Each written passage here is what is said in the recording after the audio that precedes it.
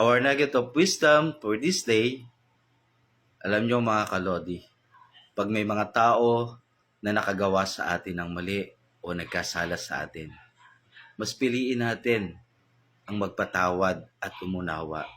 Kahit hindi pa sila humihingi ng sorry. Not because they deserve it, but you deserve happiness and peace.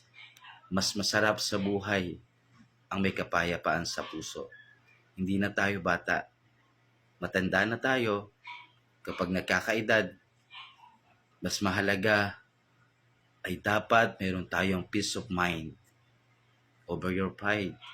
Kaya yung pagpapataas ay ating iwasan. Hindi naman masama ang magpakumbaba. Kasi dahil dun sa iyong pagpapakumbaba at pagpapatawad, makakamit mo ang tunay na kapayapaan ng iyong puso at isip.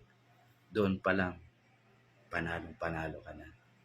Kung ang Diyos ay paulit-ulit na nagpapatawad, so dapat tayo bilang tao ay marunong ding magpatawad. Thank you and God bless. God bless you all. Peace.